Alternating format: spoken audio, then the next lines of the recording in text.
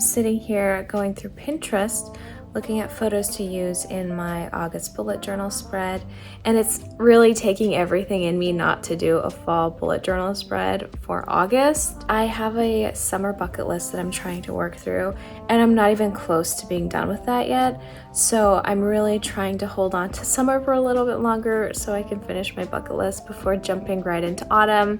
But it really is taking everything in me not to do an autumn spread after looking at some of these pictures. Look how cute this doormat is though. Okay, I'm gonna stop looking at this. This is more of the aesthetic I'm trying to go for a summer theme. So I just need to organize these and print them out so that I can glue them into my bullet journal. But before we do that, I want to give a little quick update on reading. So I think I'm gonna start a new book on my Kindle through Kindle Unlimited, and it is called The Storm by Liz Hambleton. Oh wait, it's actually called The Third Storm. But this is what it looks like, and I've read the synopsis and it kind of sounds like a dystopian adult book. So kind of think like Maze Runner, Hunger Games, The Fifth Wave, but like an adult version of a dystopian world. I was just looking through the table of contents, and the chapters are actually named, which I kind of miss that people don't really name their chapters anymore. So yeah, that's kind of fun that each chapter has a name to it.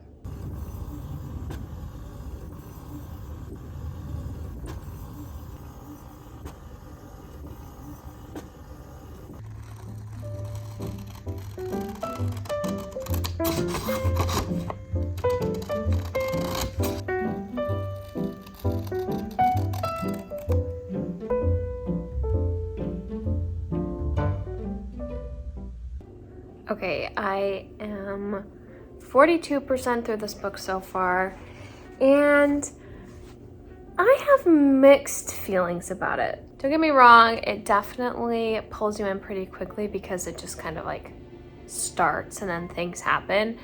But at the same time, I still feel like I don't fully understand what is going on in this world. So you have this main character, Rowan, and you learn that there have been these big storms that are causing chaos across planet Earth. And it starts out with her trying to get to a ship with her two nephews because her sister and her brother-in-law died. And do I even know how they died? I think they might have died in one of the storms, but I can't even tell you for sure if that's how they died. But anyway, so Rowan is now taking care of these two 6-year-old twins, and she's trying to make her way to some kind of ship before the next storm comes. And she comes across an injured man and ends up helping him. And in order to get on the ship, she tells the military that he is her husband. I feel like that's not giving too many spoilers away because that all happens within the first couple of chapters. I can say that things happen really quickly, but I'm not entirely convinced that the way it's explained is the best, because I am almost halfway through the book and I still kind of feel like I need more explanation as to like, why is the world having these huge storms? Like, what is causing it? What is going on? When Rowan is getting on the ship, telling the military that this guy is her husband, even though she knows absolutely nothing about him, he ends up being unconscious for, I don't know, maybe a day or two. And he wakes up and they have to share a room together because they're considered a family unit. He refuses to tell her anything about himself. At some point, we squeeze his last name out, but he's like, I can't tell you anything else. I'm Sam now. And I'm just like, okay, come on. And apparently the forced proximity between Rowan and fake Sam is causing them both to have feelings for each other. And Rowan is now convinced that she loves Sam. Come on, really? It's not even like she thought she knew him. It's not like he lied to her about his name or he lied about his background and she feels betrayed and that adds more tension. But she's in love with this guy and she knows nothing about him, and she knows that she knows nothing about him. So it's like, I don't know. I don't believe it. But at the same time, I'm far enough into the book that I'm still curious as to what's going to happen, that I'm going to keep reading it. But I don't really love the insta-love that's happening here. I just checked the Kindle store and realized that this is actually the first book in a trilogy, which is just so perfect. Of course it has to be a trilogy. I'm definitely gonna finish the first book, but I don't know. We'll see how it ends, and then I'll decide if I'm gonna read the rest of them. I also wanted to show my bullet journal really fast. I don't really like planning or doing all the spreads for the whole month because I enjoy just bullet journaling as I go instead of having to have the spread all planned out. So this is what it's looking like so far. I have some images, a calendar, and a little quote in the corner. My page is like ripping out and I'm really sad, so I need to figure out if I can like glue this in or something because it's kind of falling apart. But the second page I did was just kind of some ways that I can make my everyday life a little more interesting. For physical health, I like to add lemon into my water in the morning. I don't know if it does anything for you health benefit wise, but it kind of just makes you feel fancy. For work, I have tried working in a new spot or an environment and lighting a candle. When I spend so many days working at my desk at home, that I just feel like I need a change of environment. For hobbies, I want to make time to read before going to bed and read outside when I can, just to get out in nature a little bit more.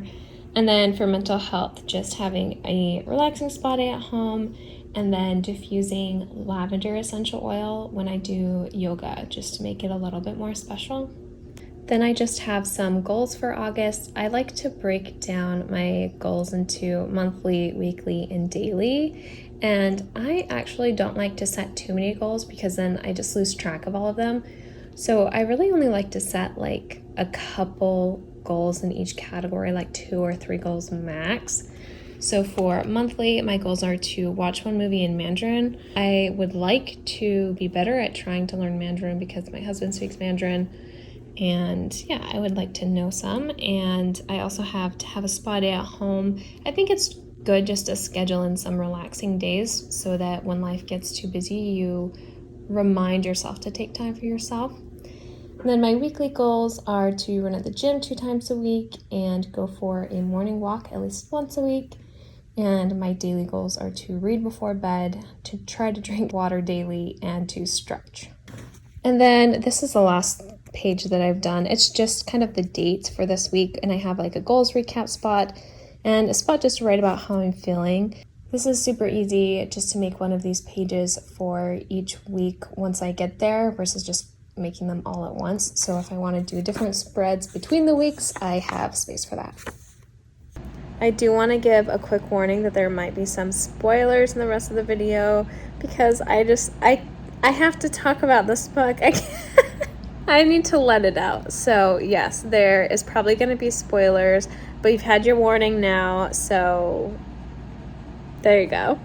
I am now 61% through, and I have to make a quick correction. I said that I thought that Rowan's sister and brother-in-law had died in a storm, but no, turns out that Rowan's brother-in-law got involved with some crazy the world is ending cult and tried to kill his wife and his kids, and Rowan ended up shooting her brother-in-law, and her brother-in-law shot his wife.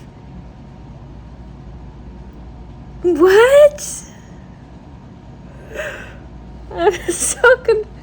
I don't, like, what am I reading right now? I don't even know.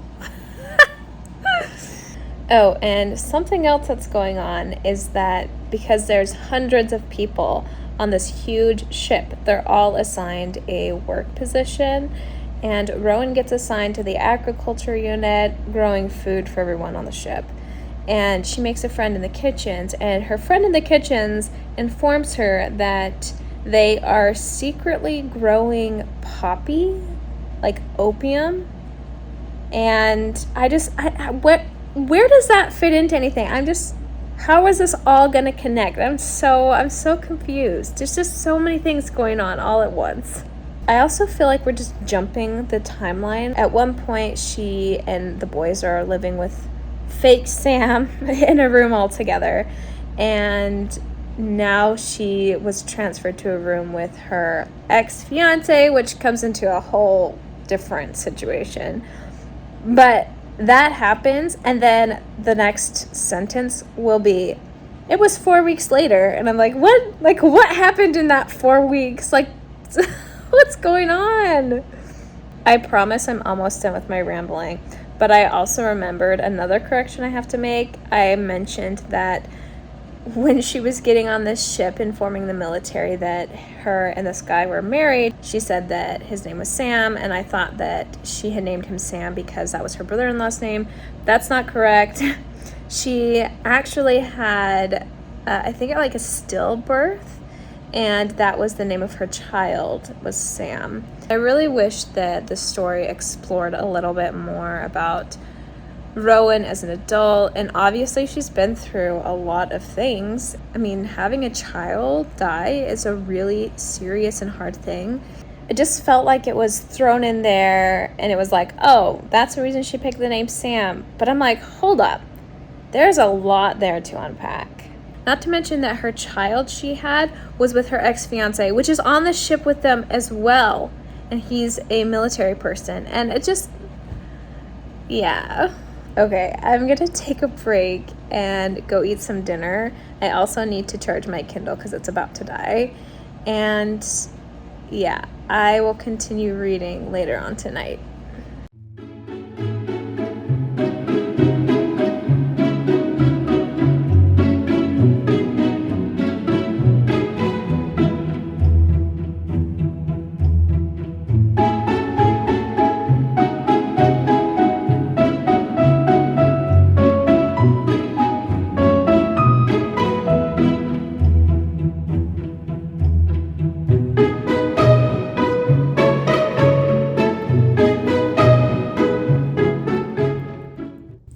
Okay, it is the next day now, and I finished the book. I ended up having to start taking notes because there was just so much. There was so much that I need to talk about. First of all, before I get started, I think it would be pretty helpful for me to explain how I rate my books on a scale of 1 to 5 stars. So 1 star is I didn't even finish the book. I just gave up. 2 stars is I read the whole book, but I did not like it. 3 stars is I read the book and I enjoyed it, probably wouldn't read again. 4 stars is I really liked the book. 5 stars is I love this book and I will reread over and over. That being said, I rated this book 2 out of 5 stars. I have my notes here so I can kind of explain why I didn't like this book. Get cozy and we're gonna go through this together. So there were kind of 4 main points I didn't like it, and I have bullet points under those 4 points to kind of explain why. The first reason was the main character's thoughts felt so juvenile, and Rowan as a character herself, I didn't find her very likable. Which is interesting because this story has a lot of serious content. Rowan is dealing with a manipulative and abusive ex with a bad temper. She is also dealing with the guilt of killing her brother-in-law because her brother-in-law killed her sister, but she killed him. So she kind of blames herself for the whole situation. She's also taking care of her nephews by herself. And later in the book, you find out that she has actually lost a child in childbirth before and is still kind of coping with that. But at the same time, she just had the most juvenile thoughts. She would say things like, I thought of Sam every moment. I pined for him like a sick schoolgirl. She also said, I needed a win after all the mistakes I had made. Mistakes that kept me in this place with men that tortured my heart. And at the very end, she's saying that there was a lot of hard work ahead of us, but I would do it with Sam, and that made it all worth it.